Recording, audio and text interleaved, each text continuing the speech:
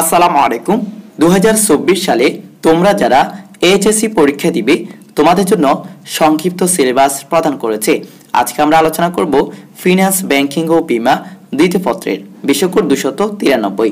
বলা হয়েছে কোভিড-19 প্রেক্ষিতে 2024 সালের এইচএসসি পরীক্ষার পুনর্বিন্যাসকৃত পাঠ্যসূচি।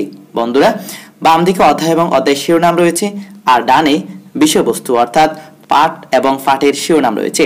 তোমাদের সুবিধার্থে আমরা এই ভিডিওর ডেসক্রিপশনে পিডিএফ ফাইলটির লিংক দিয়ে দিয়েছি, তোমরা ডাউনলোড করে বিস্তারিত দেখে নিবে। বন্ধুরা, প্রথম অধ্যায়ের নাম হচ্ছে ব্যাংক ব্যবস্থার প্রাথমিক ধারণা। এখানে পাঠে এবং পাঠের শিরোনাম দেখে তোমরা পড়বে, স্ক্রিনে দেখতে পাচ্ছ। এরপরে দ্বিতীয় অধ্যায়ের নাম হচ্ছে কেন্দ্রীয় ব্যাংক। এরপরে হচ্ছে চতুর্থ অধ্যায়, নাম হচ্ছে ব্যাংক হিসাব, বিষয়বস্তু ডানে আছে দেখতে পাচ্ছ। এরপরে হচ্ছে ষষ্ঠ অধ্যায়, নাম হচ্ছে চেক, বিল অব এক্সচেঞ্জ, হ্যাঁ, ও প্রমিসরি নোট।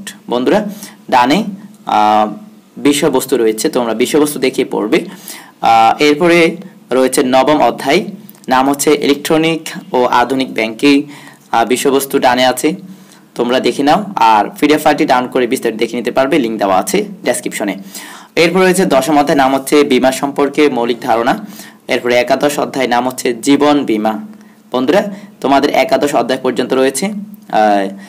আর তোমাদের প্রশ্নের ধারা এবং মান বন্টন আগের মতোই থাকবে, অর্থাৎ 2022 এবং 23 সালে যারা পরীক্ষা দিয়েছিল তাদের প্রশ্নের ধারা এবং মান বন্টন যেমনটা ছিল তেমনটাই থাকবে। তোমরা প্রশ্নের ধারা এবং মান বন্টন পেতে চাইলে আমাদের ইউটিউব চ্যানেলের প্লেলিস্টে গিয়ে দেখবে 2023 সালের সিলেবাস দেওয়া আছে, সেখানে আমরা বিস্তারিত আলোচনা করে দিয়েছি। আশা করি বুঝতে পেরেছো। আজকের ভিডিওটি এখানে শেষ করছি। ভালো থাকবে, সুস্থ থাকবে। ধন্যবাদ। আল্লাহ হাফেজ।